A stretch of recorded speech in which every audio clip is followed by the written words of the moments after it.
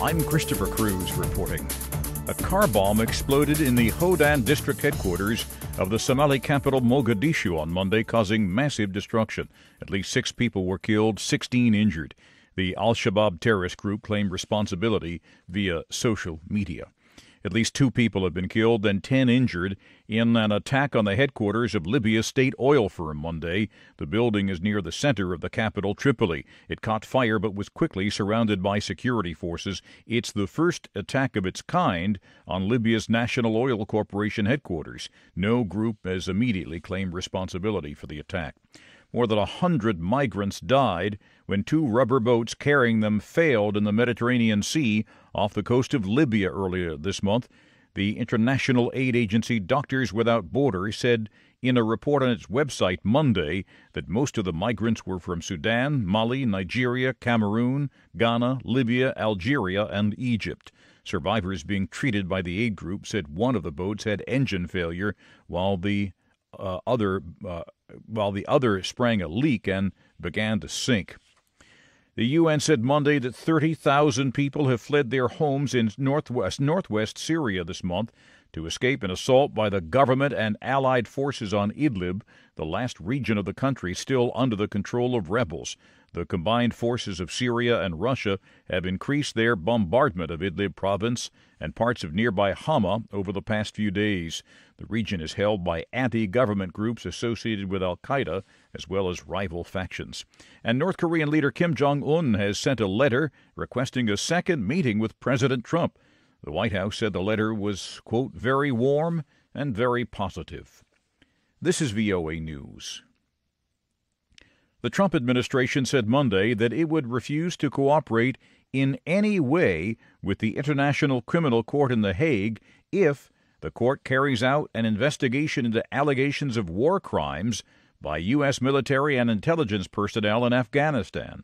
National Security Advisor John Bolton spoke to the Conservative Federalist Society in Washington. He said the court should not have jurisdiction over Americans or people from other nations that did not ratify the treaty that created the court. I want to deliver a clear and unambiguous message on behalf of the President of the United States. The United States will use any means necessary to protect our citizens and those of our allies from unjust prosecution by this illegitimate court. We will not cooperate with the ICC.